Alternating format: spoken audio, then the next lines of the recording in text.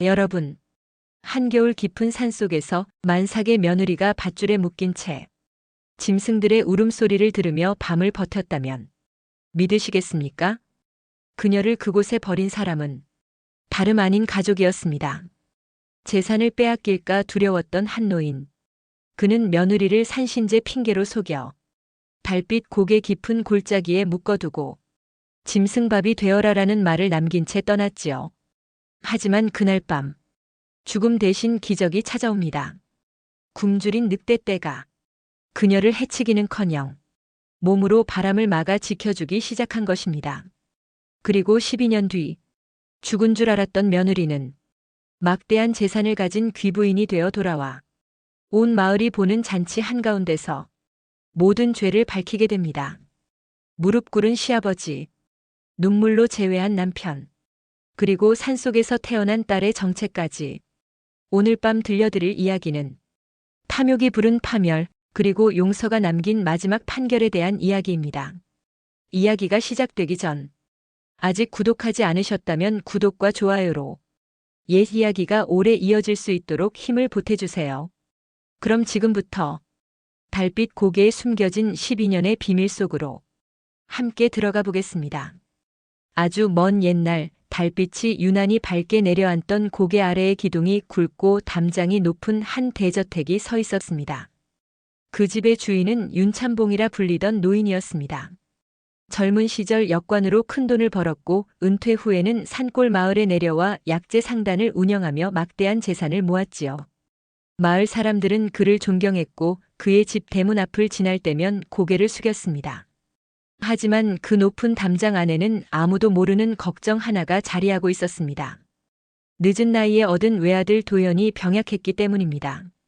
도연은 태어날 때부터 몸이 약했습니다. 봄바람만 불어도 알아누웠고 여름 더위에는 기력을 잃었으며 가을이면 기침이 그치지 않았습니다.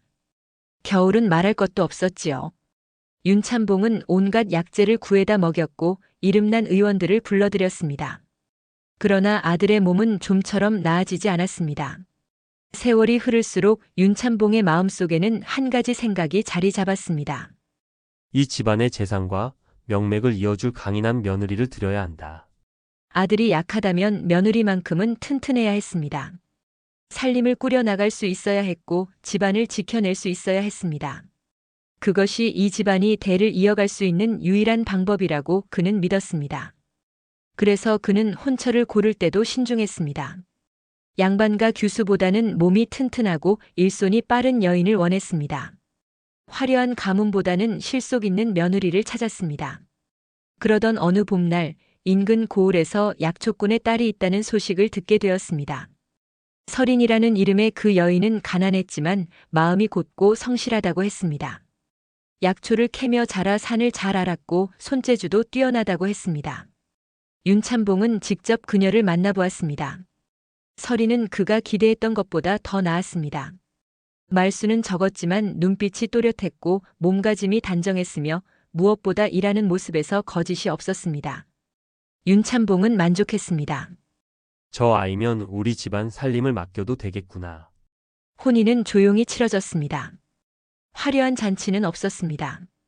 설인은 그저 묵묵히 시댁으로 들어왔고 도연은 그녀의 손을 잡았습니다. 처음 몇 달은 평온했습니다.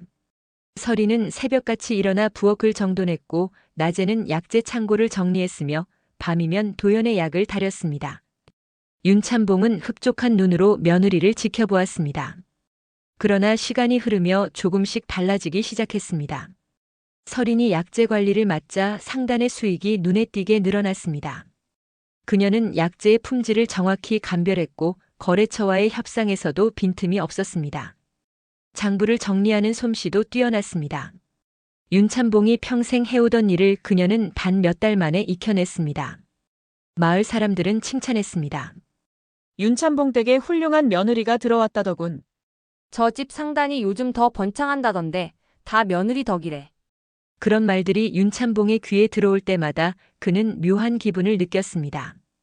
기쁨이 아니었습니다. 불안이었습니다.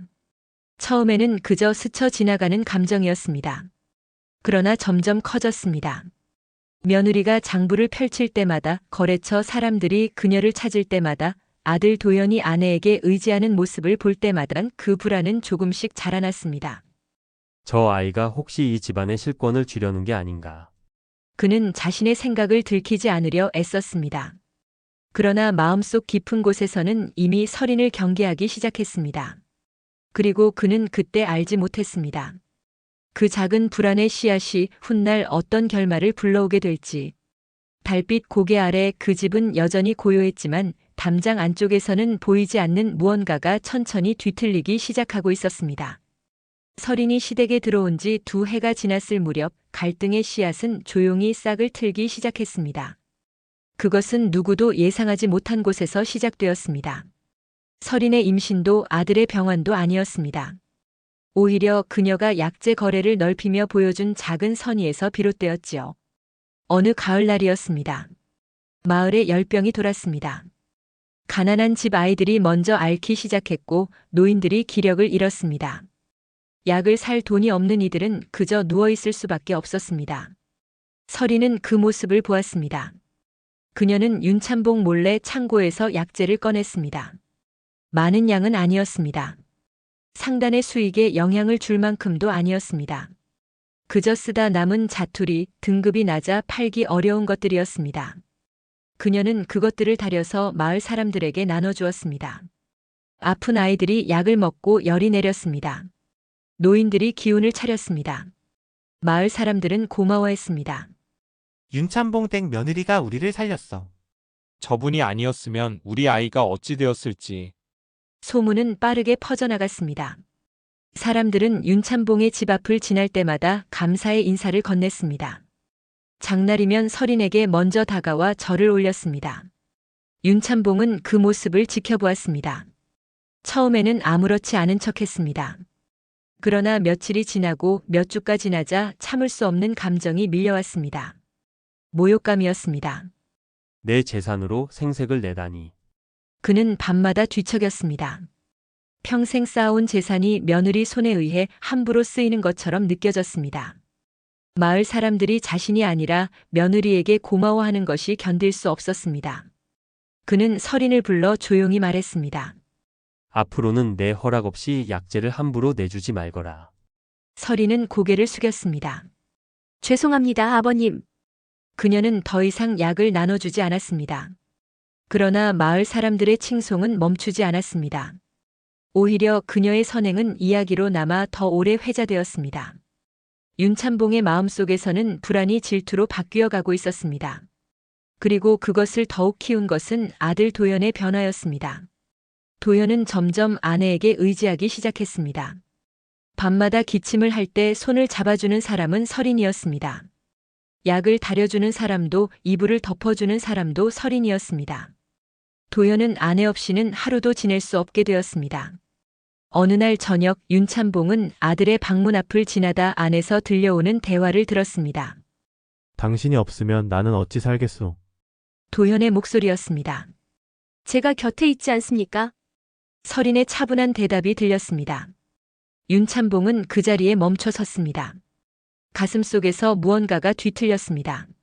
아들이 자신이 아니라 며느리에게 기대고 있다는 사실이, 이 집안의 중심이 조금씩 자신에게서 멀어지고 있다는 느낌이 그를 짓눌렀습니다. 그날 밤 그는 잠들지 못했습니다. 창밖으로 달빛이 고요히 내려앉았지만 그의 마음속은 어두웠습니다. 이 집안은 내가 평생 일궈낸 것이다. 그는 혼잣말처럼 중얼거렸습니다. 내가 지켜야 한다. 그러나 무엇으로부터 지켜야 하는지 그는 스스로도 정확히 알지 못했습니다. 겨울이 다가오고 있었습니다. 바람은 차가워졌고 나뭇잎은 떨어졌습니다. 윤찬봉의 마음속에도 무언가가 얼어붙기 시작했습니다. 설이는 여전히 묵묵히 살림을 꾸렸고 도연을 돌보았으며 상단 일을 처리했습니다. 그녀는 아무것도 모르고 있었습니다. 그녀의 시아버지가 밤마다 어떤 생각에 잠겨 있는지, 그 생각이 점점 어떤 방향으로 굳어지고 있는지. 달빛 고개 아래 그 집은 여전히 평온해 보였지만 담장 안쪽에서는 보이지 않는 금이 조금씩 벌어지고 있었습니다. 그리고 곧 닥칠 초겨울 밤, 그 금은 돌이킬 수 없는 깊은 골로 벌어지게 될 터였습니다. 초겨울이 찾아왔습니다. 산에는 첫눈이 내렸고 마을에는 찬바람이 불기 시작했습니다. 약재 상단은 한 해의 마지막 거래를 준비하고 있었습니다. 윤찬봉은 그 무렵 이상한 행동을 보이기 시작했습니다. 혼자 뒷산을 오르내렸고 밤이면 서재에 틀어박혀 무언가를 골똘히 생각했습니다. 식사 시간에도 말이 없었고 며느리와 눈을 마주치지 않으려 했습니다. 도현은 아버지의 변화를 눈치챘지만 감히 묻지 못했습니다. 서리는 그저 시아버지의 기분이 좋지 않은 것이려니 생각하며 더욱 조심스럽게 살림을 꾸렸습니다. 어느 날 저녁 윤찬봉이 서린을 불렀습니다. 며느리, 예, 아버님. 서린이 방으로 들어서자 윤찬봉은 창밖을 바라보며 말했습니다. 달빛 고개 위에 산신단이 있다는 걸 아느냐? 들어본 적은 있습니다. 그곳에 약초를 바치면 우리 상단이 더욱 번창한다더구나. 서린은 고개를 가늘게 기울였습니다. 산신단에 대한 이야기는 마을에서 가끔 들었지만 실제로 가본 사람은 거의 없었습니다. 제가 다녀올까요? 윤찬봉은 천천히 고개를 돌려 며느리를 바라보았습니다. 그래. 내가 산을 잘 아니 내가 가는 것이 좋겠다. 언제 다녀오면 되겠습니까? 오늘 밤이 좋다. 달이 가장 밝을 때 바쳐야 영험하다고 하더구나. 서린은 잠시 망설였습니다. 한밤중에 깊은 산을 오르는 것은 위험했습니다. 그러나 시아버지의 말을 거역할 수는 없었습니다. 알겠습니다, 아버님. 그녀는 두꺼운 옷을 챙겨 입고 약초 바구니를 준비했습니다. 도현이 걱정스러운 얼굴로 다가왔습니다. 한밤중에 산을 오르는 것은 위험하오. 내일 낮에 가는 것이 어떻겠소? 괜찮습니다. 저는 산길을 잘 압니다. 서린은 남편의 손을 가만히 잡았습니다. 곧 돌아올 테니 걱정 마세요. 윤찬봉이 앞장서고 서린이 뒤따랐습니다. 달빛이 환했지만 산길은 험했습니다. 나무 사이로 바람이 스쳐 지나가고 어디선가 짐승의 울음소리가 들려왔습니다. 그들은 말없이 걸었습니다. 1시간쯤 지났을까 윤찬봉이 걸음을 멈췄습니다. 여기다. 서린이 주위를 둘러보았습니다. 산신단은 보이지 않았습니다. 그저 바위들이 우뚝 솟아있고 나무들이 빽빽이 들어선 깊은 산중이었습니다. 아버님, 산신단이 어디에? 서린이 묻는 순간 윤찬봉의 손이 그녀의 팔을 붙들었습니다. 힘이 새었습니다. 서린은 놀라 시아버지를 바라보았습니다. 달빛 아래 윤찬봉의 얼굴은 차갑게 굳어 있었습니다. 아버님, 여기 앉아라. 윤찬봉은 서린을 바위 틈으로 끌고 갔습니다. 그리고 준비해온 밧줄을 꺼냈습니다. 서린은 그제야 무언가 잘못되었음을 깨달았습니다. 아버님, 이게 무슨... 가만히 있어라. 윤찬봉은 며느리의 손과 발을 바위에 묶었습니다. 서린이 몸부림쳤지만 노인의 힘은 생각보다 강했습니다. 아버님, 왜 이러십니까? 서린의 목소리가 떨렸습니다. 두려움보다는 당혹스러움이 컸습니다. 윤찬봉은 밧줄을 단단히 묶고 나서야 입을 열었습니다. 내가 사라지면 이 집안은 다시 내 뜻대로 돌아간다. 무슨 말씀을... 너는 이 집안을 빼앗으려 했다. 내 아들을 내 편으로 만들고 마을 사람들의 마음을 사서 이 집안의 주인 노릇을 하려 했지. 서린은 숨이 막혔습니다. 저는 그런 생각 한 번도 해본 적 없습니다. 거짓말 마라. 나는 다 보았다. 내가 어떻게 이 집안을 장악해 가는지. 윤찬봉의 목소리는 떨리고 있었습니다. 분노인지 두려움인지 알 수 없는 감정이 그 안에 섞여 있었습니다. 내가 없으면 도연이는 다시 나를 의지할 것이다. 상단도 다시 내 손으로 돌아올 것이다. 아버님, 서린은 더 이상 말을 잇지 못했습니다. 윤찬봉은 며느리를 마지막으로 한 번 바라보았습니다. 그리고 돌아섰습니다. 아버님, 아버님. 서린의 외침이 산속에 울려 퍼졌지만 윤찬봉은 뒤돌아보지 않았습니다. 그는 온 산을 내려갔습니다. 바위 틈에 홀로 남은 서린은 차가운 바람을 맞으며 떨고 있었습니다. 달빛만이 그녀를 비추고 있었습니다. 밤은 깊어갔고 산은 고요했습니다. 서린은 죽음을 각오했습니다. 이 깊은 산 중에서 이렇게 묶인 채로 추위와 맹수를 견뎌낼 방법은 없었습니다. 그녀는 눈을 감았습니다. 뱃속에서 희미하게 느껴지는 작은 움직임을 생각했습니다. 아직 아무에게도 말하지 않은 임신의 징후를. 미안합니다. 그녀는 작게 속삭였습니다. 누구에게 하는 말인지 스스로도 알 수 없었습니다. 그리고 그날 밤 달빛 고개 위 깊은 산중에서는 아무도 모르는 비극이 조용히 시작되고 있었습니다. 밤은 더욱 깊어졌습니다. 서리는 바위에 묶인 채 차가운 바람을 견디고 있었습니다. 손발의 감각이 점점 사라져갔고 온몸이 얼어붙는 것 같았습니다. 그녀는 눈을 감았다 떴다를 반복했습니다. 잠들면 안 된다는 것을 알고 있었습니다. 이 추위 속에서 잠이 든다는 것은 곧 죽음을 의미했습니다. 어디선가 짐승의 울음소리가 들려왔습니다. 가까웠습니다. 서리는 숨을 죽였습니다. 밧줄에 묶인 채로는 도망칠 수도 싸울 수도 없었습니다. 그러나 이상한 일이 벌어졌습니다. 나무 사이로 모습을 드러낸 것은 늑대 같은 짐승이었습니다. 달빛에 반짝이는 눈이 서린을 똑바로 바라보았습니다. 서린은 숨을 멈췄습니다. 짐승은 천천히 다가왔습니다. 서린의 주위를 맴돌았습니다. 그리고는 조금 떨어진 곳에 앉아 움직이지 않았습니다. 공격하지 않았습니다. 잠시 후 또 다른 짐승들이 나타났습니다. 여우처럼 보이는 것도 있었고 노루 같은 것도 있었습니다. 그것들은 모두 서린의 주위를 에워쌌습니다. 마치 지키는 것처럼. 서린은 믿을 수 없었습니다. 짐승들은 그녀를 해치지 않았습니다. 오히려 멀리서 들려오는 맹수의 울음소리가 나면 경계하는 듯 귀를 세웠고 더 가까이 몸을 모았습니다. 밤이 깊어질수록 추위는 더욱 매서워졌습니다. 서린의 의식이 흐려지기 시작했습니다. 눈꺼풀이 무거워졌고 몸의 감각이 사라져갔습니다. 이제 끝인가? 그녀는 작게 중얼거렸습니다. 그때였습니다. 멀리서 종소리가 들려왔습니다. 아주 희미하게 바람에 실려오는 소리였습니다. 절의 종소리였습니다. 새벽이 가까워지고 있었습니다. 서리는 희미해지는 의식 속에서 그 소리를 들었습니다. 그리고 그것이 마지막이 될 거라 생각했습니다. 하지만 종소리는 점점 가까워졌습니다. 발자국 소리가 들렸습니다. 이게 무슨? 낯선 남자의 목소리였습니다. 서리는 눈을 뜨려 했지만 눈꺼풀이 열리지 않았습니다. 부인, 정신 차리시오. 누군가 그녀의 얼굴을 가볍게 두드렸습니다. 따뜻한 손이었습니다. 밧줄이 풀리는 소리가 들렸습니다. 이런 짓을 누가? 남자는 재빨리 서린의 몸을 풀어냈습니다. 그리고 자신의 장삼을 벗어 그녀를 감쌌습니다. 조금만 참으시오. 곧 따뜻한 곳으로 데려가겠소. 남자는 서린을 등에 업었습니다. 주위의 짐승들이 조용히 물러났습니다. 마치 자신들의 역할이 끝났다는 듯이 남자는 산길을 내려가지 않고 더 깊은 곳으로 향했습니다. 1시간쯤 지났을까 작은 암자가 나타났습니다. 해담아, 문 열어라. 남자가 소리치자 암자 안에서 불빛이 켜졌습니다. 어린 동자승이 문을 열었습니다. 스님 누구십니까? 묻지 말고 온돌에 불부터 지펴라. 빨리. 남자는 서린을 암자 안으로 들여 따뜻한 방에 눕혔습니다. 그는 해암이라 불리는 떠돌이 승려였습니다.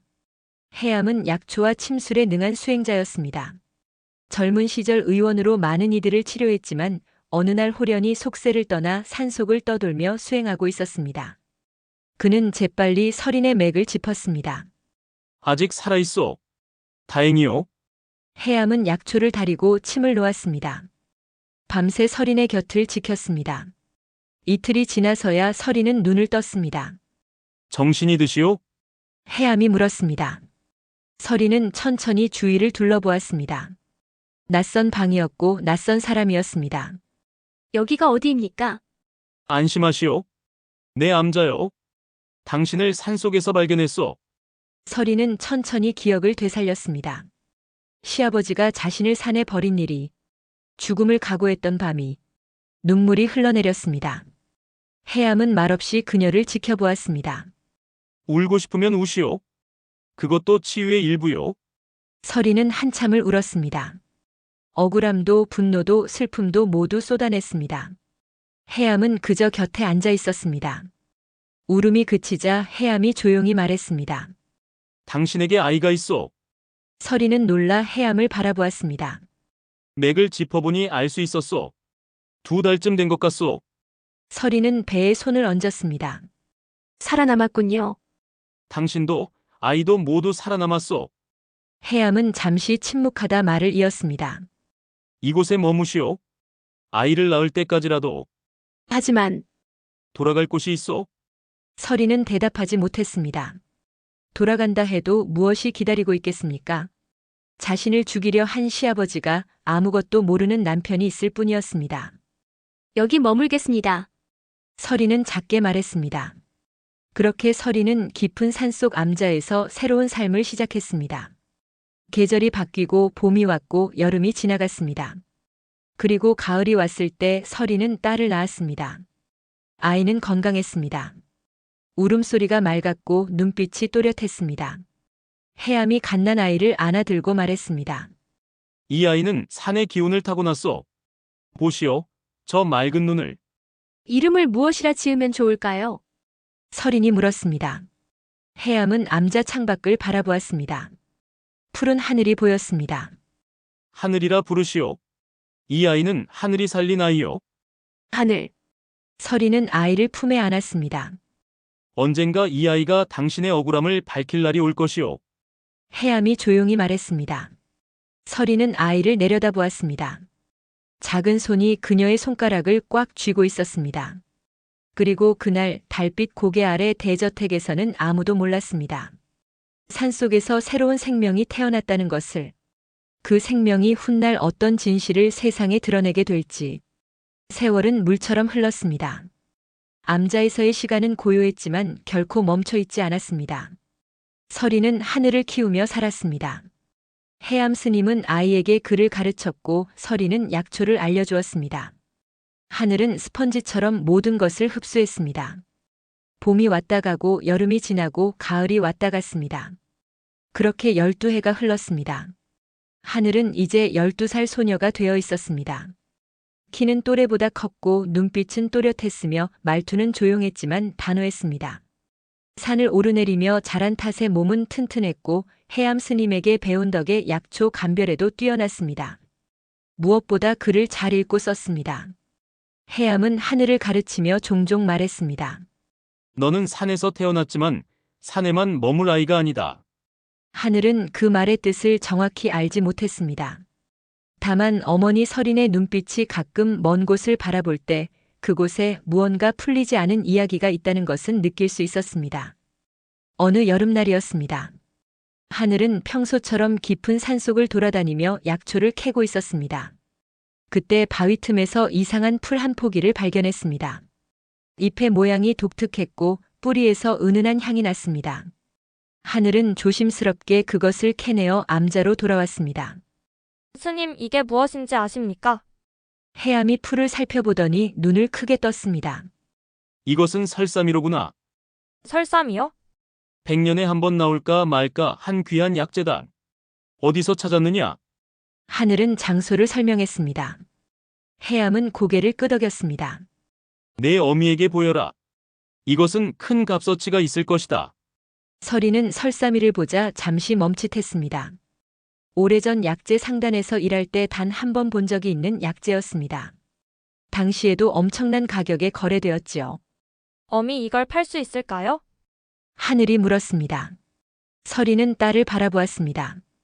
왜 팔고 싶으냐? 스님께서 늙으셨습니다. 겨울이 되면 관절이 아프다 하십니다. 좋은 약을 사드리고 싶습니다. 서리는 딸의 머리를 쓰다듬었습니다. 그렇구나. 다음 날 서린과 하늘은 산을 내려가 가장 가까운 큰 고을로 향했습니다. 12년 만에 서린이 산을 내려간 것이었습니다. 고을에는 여러 약재 상단이 있었습니다. 그중 가장 큰 상단을 찾아갔습니다. 주인은 설사미를 보자 눈빛이 달라졌습니다. 이것을 어디서 구했어? 산에서 캤습니다. 값을 매기기 어려울 정도요. 은자 100냥은 주어야 할 것이오.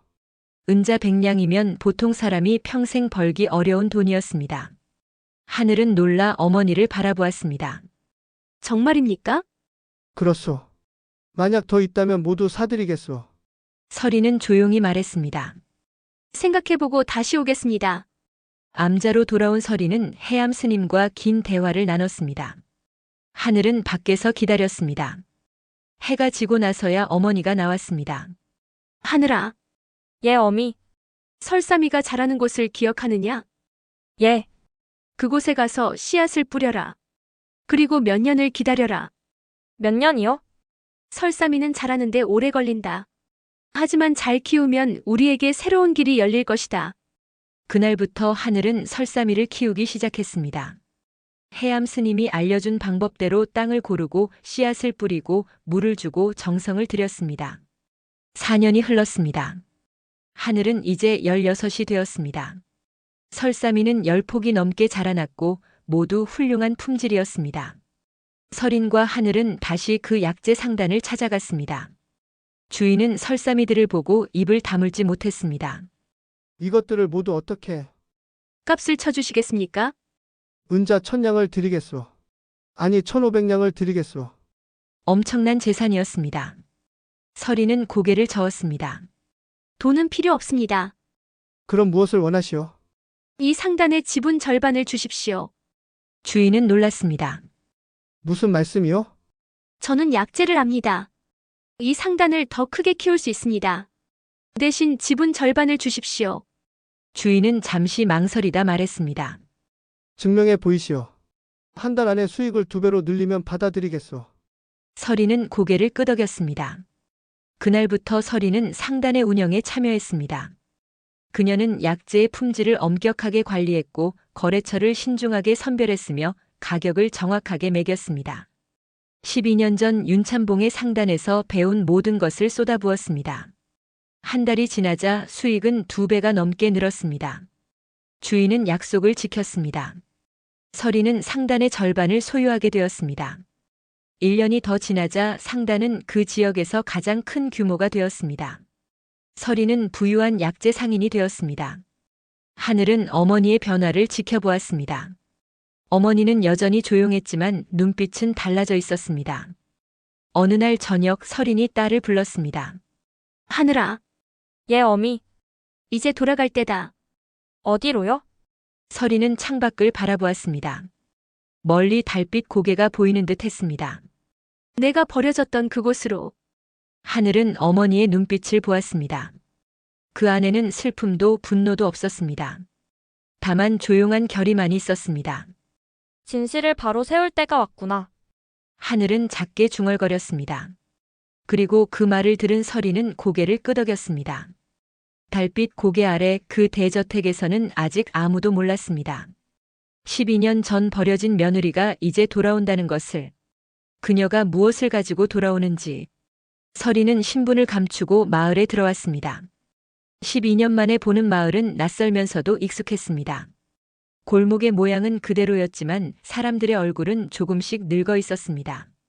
그녀는 부유한 약재 상단의 여주인으로 소개되었습니다. 얼굴에는 얇은 베일을 두르고 말은 아껴했으며 하늘을 곁에 두고 다녔습니다. 마을 사람들은 궁금해했지만 함부로 묻지 못했습니다. 설이는 마을 어귀에 큰 기와집을 샀습니다. 윤참봉의 저택에서 그리 멀지 않은 곳이었습니다. 그곳에서 약재 거래를 시작했습니다. 소문은 빠르게 퍼졌습니다. 새로운 약재 상인이 물건을 아주 좋은 값에 사들인다더군. 품질도 엄격히 가려서 받는다던데. 마을의 약초꾼들이 설인을 찾아왔습니다. 그녀는 공정한 값을 쳐주었고 좋은 약재에는 더 많은 돈을 주었습니다. 한 달도 지나지 않아 설인의 상단은 마을에서 가장 신뢰받는 곳이 되었습니다. 윤참봉의 귀에도 그 소문이 들어갔습니다. 새로운 상인이 제법 장사를 잘한다지?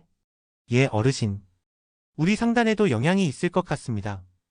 윤참봉은 인상을 찌푸렸습니다. 12년 전 며느리를 산에 버린 후 그의 삶은 생각처럼 돌아가지 않았습니다. 아들 도연은 아내가 실종된 후 병이 더 깊어졌습니다. 밤마다 악몽에 시달렸고 낮에는 멍하니 창밖만 바라보았습니다. 약을 먹어도 차도가 없었습니다. 상단의 수익도 점점 줄어들었습니다. 설인이 관리하던 때만큼 돌아가지 않았습니다. 거래처는 하나둘 떠나갔고 장부는 엉망이 되었습니다. 윤참봉은 늙었습니다. 허리는 굽었고 머리는 새었으며 손은 떨렸습니다.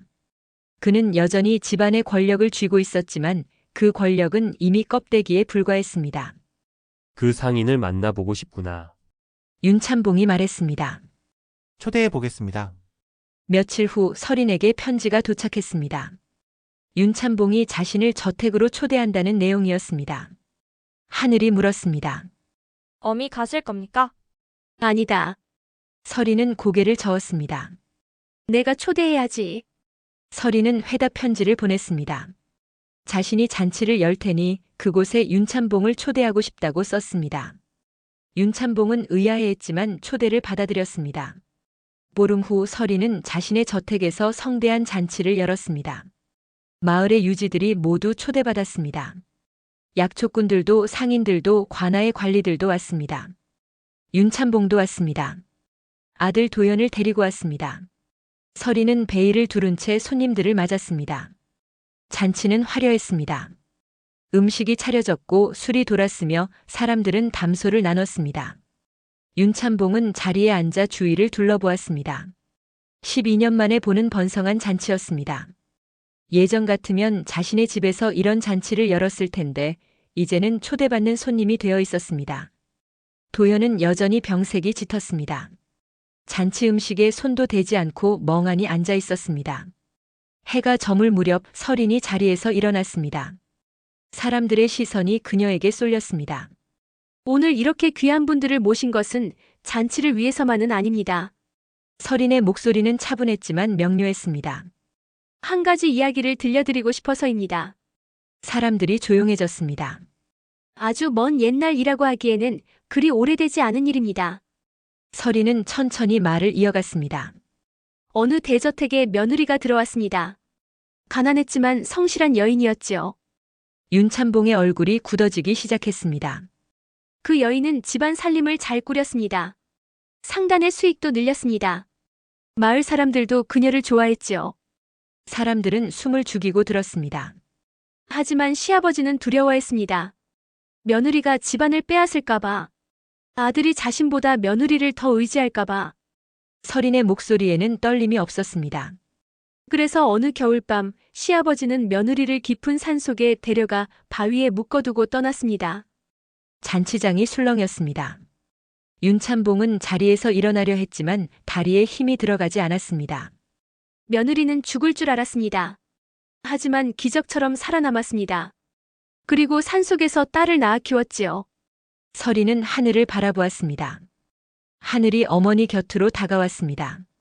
12년이 흘렀습니다. 그 여인은 이제 다시 돌아왔습니다. 서린은 천천히 베일을 벗었습니다. 얼굴이 드러났습니다. 12년의 세월이 흘렀지만 서린의 얼굴은 알아볼 수 있었습니다. 잔치장이 술렁거렸습니다. 도연이 자리에서 벌떡 일어났습니다. 서서린. 그의 목소리가 떨렸습니다. 윤참봉은 그 자리에 주저앉았습니다. 얼굴이 새하얗게 질렸습니다. 아버님, 서린이 조용히 말했습니다. 저를 기억하십니까? 윤참봉은 입술을 떨었지만 말이 나오지 않았습니다. 도연이 비틀거리며 서린에게 다가왔습니다. 당신이 정말 당신이. 그는 그 자리에 무릎을 꿇었습니다. 미안하오 미안하오. 도현은 오열했습니다. 12년 동안 억눌러왔던 죄책감과 그리움이 한꺼번에 터져나왔습니다. 서린은 남편을 내려다보았습니다. 당신은 몰랐을 겁니다. 아버님께서 무슨 일을 하셨는지. 아버지가 그런 일을. 도현은 아버지를 돌아보았습니다. 윤참봉은 고개를 떨구고 있었습니다. 마을 사람들은 분노했습니다. 어찌 그런 짓을? 며느리를 산에 버리다니. 윤참봉을 향한 비난이 쏟아졌습니다. 하지만 서린은 손을 들어 사람들을 제지했습니다. 저는 복수하러 온 것이 아닙니다. 그녀의 목소리는 여전히 차분했습니다. 다만 진실을 바로 세우러 왔습니다. 서린은 윤참봉을 바라보았습니다. 아버님께서는 두려워하셨습니다. 잃을까봐, 빼앗길까봐. 윤참봉은 고개를 들지 못했습니다. 하지만 움켜쥘수록 더 많이 잃으셨습니다.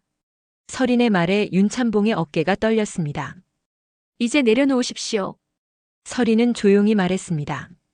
그날 밤 진실이 세상에 드러났습니다.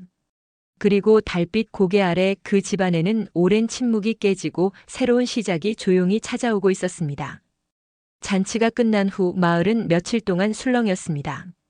윤찬봉이 며느리를 산에 버렸다는 이야기는 삽시간에 퍼져나갔습니다. 사람들은 분노했고 그를 비난했습니다. 윤찬봉의 저택 앞을 지나는 사람들은 이제 고개를 숙이지 않았습니다. 오히려 고개를 돌렸습니다. 윤찬봉은 방 안에 틀어박혀 나오지 않았습니다. 도연은 매일 설인의 집 앞에 왔습니다. 제발 한 번만 만나주시오. 그는 대문 앞에서 무릎을 꿇고 애원했습니다. 사흘째 되던 날 설인이 문을 열었습니다. 도연은 아내 앞에서 고개를 들지 못했습니다. 일어나십시오. 설인이 말했습니다. 당신은 죄가 없습니다. 아니요, 나는 당신을 지키지 못했소. 도연의 눈에서 눈물이 흘러내렸습니다. 나는 아버지가 무슨 일을 꾸미는지 눈치채지 못했소. 당신이 사라진 후에도 나는 그저 당신이 나를 떠난 줄로만 알았소. 설인은 남편을 바라보았습니다. 12년의 세월이 그를 많이 변하게 했습니다. 더 마르고 더 늙고 더 약해졌습니다. 일어나십시오. 설인이 다시 말했습니다. 도연은 천천히 일어났습니다. 당신을 용서할 수 있겠소. 용서할 것도 없습니다. 당신은 몰랐으니까요. 설인은 잠시 침묵하다 말을 이었습니다. 하지만 다시 함께 살 수는 없습니다. 도연의 얼굴이 일그러졌습니다. 당신과 함께했던 시간은 진심이었습니다. 하지만 그 시간은 끝났습니다. 설인, 저는 이제 다른 삶을 살아야 합니다. 딸과 함께. 설인은 하늘을 바라보았습니다. 하늘은 조용히 어머니 곁에 서 있었습니다. 다만 한 가지는 부탁드리겠습니다. 무엇이든 말하시오. 아버님을 내쫓지는 마십시오. 도연은 놀라 설인을 바라보았습니다. 당신이 아버지를. 그분도 이미 충분히 벌을 받았습니다. 설인은 조용히 말했습니다. 명예를 잃었고 사람들의 존경을 잃었고 무엇보다 마음의 평안을 잃었습니다. 도연은 고개를 숙였습니다. 대신 한 가지 조건이 있습니다. 말씀하시오. 상단의 모든 권한을 내려놓으십시오. 그리고 남은 생을 조용히 사십시오. 도연은 고개를 끄덕였습니다. 그렇게 하겠소. 그날 이후 윤찬봉 집안의 상단은 도현의 이름으로 넘어갔습니다. 하지만 실제로 상단을 운영한 것은 설인이었습니다. 그녀는 도현과 계약을 맺었습니다. 상단을 정상화하고 수익의 일부를 받기로 했습니다.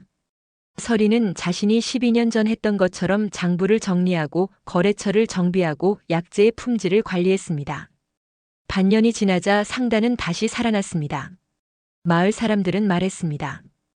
역시 설인 아니었다면 저 집안은 진작 망했을 거야? 그런 일을 당하고도 저렇게 도울 수 있다니.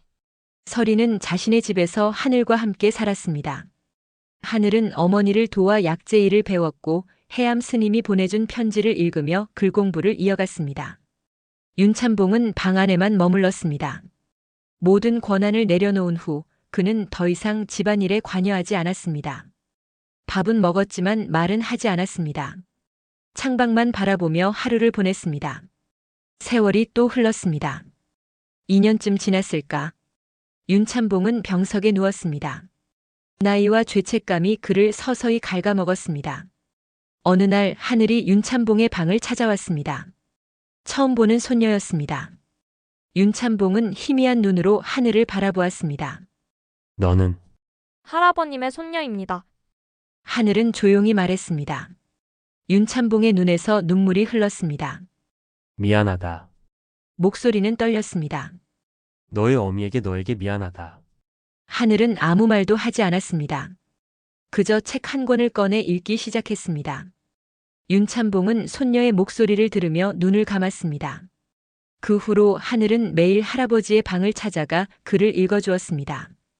윤찬봉은 손녀의 목소리를 들으며 조금씩 평온을 찾아갔습니다. 그의 겨울이었습니다. 윤찬봉은 조용히 눈을 감았습니다. 마지막 순간 그는 하늘의 손을 잡고 말했습니다. 재산은 지키려 할수록 흩어지고 목소리는 가늘었습니다. 사람은 품을수록 남는다는 걸 그는 잠시 숨을 고르고 말을 이었습니다. 이제야 알았구나. 그것이 윤찬봉의 마지막 말이었습니다. 장례는 조용히 치러졌습니다. 설인도 참석했습니다. 그녀는 윤참봉의 영정 앞에서 절을 올렸습니다. 마을 사람들은 그 모습을 보며 숙연해졌습니다. 장례가 끝난 후 도현이 설인에게 물었습니다. 왜 아버지를 용서했어? 설인은 잠시 침묵하다 대답했습니다. 용서한 것이 아닙니다. 그럼 다만 미움을 내려놓은 것입니다. 미움은 그것을 품은 사람을 더 아프게 하니까요. 도현은 고개를 끄덕였습니다. 그 후로 세월은 더 흘렀습니다. 설인의 약재 상단은 점점 커졌고 이웃 고을까지 이름이 알려졌습니다. 하지만 설인은 재산을 모으는 데만 힘쓰지 않았습니다. 가난한 이들에게 약을 나눠주었고 약초꾼들에게 정당한 값을 쳐주었으며 마을에 약방을 세워 무료로 진료를 받을 수 있게 했습니다. 사람들은 말했습니다. 설인 덕분에 우리 마을이 살았다. 저분이야말로 진정한 어른이지. 하늘도 어머니를 도우며 약재 일을 배웠습니다. 그리고 해암 스님의 가르침을 이어받아 약학과 의술을 공부했습니다. 어느 봄날 설인은 달빛 고개 위로 올라갔습니다. 16년 만에 찾은 그곳이었습니다. 그렇게 달빛 고개 아래 그 집안에는 긴 세월의 원망 대신 조용한 평화가 내려앉았습니다. 탐욕으로 며느리를 버렸던 노인은 손녀의 글 읽는 소리를 들으며 뒤늦은 후회 속에 생을 마쳤고 죽음의 산에서 살아 돌아온 며느리는 집안을 다시 일으켜 세운 가장 큰 어른이 되었습니다. 산속에서 태어난 아이는 훗날 사람을 살리는 관리가 되어 그 집안의 이름을 빛냈다고 하지요. 사람의 욕심은 재산을 지키려 할수록 멀어지지만 사람의 덕은 나눌수록 집안을 살린다는 것을 이 이야기는 조용히 전해주고 있습니다.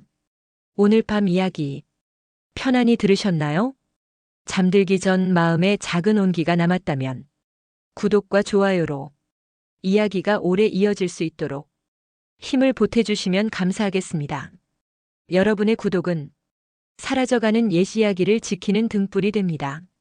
이제 따뜻한 이불 속에서 편안한 밤 되시길 바랍니다. 달빛 고개에 내린 눈처럼 고요하고 포근한 꿈이 여러분 곁에 머물기를 바라며 다음 이야기에서 다시 찾아뵙겠습니다.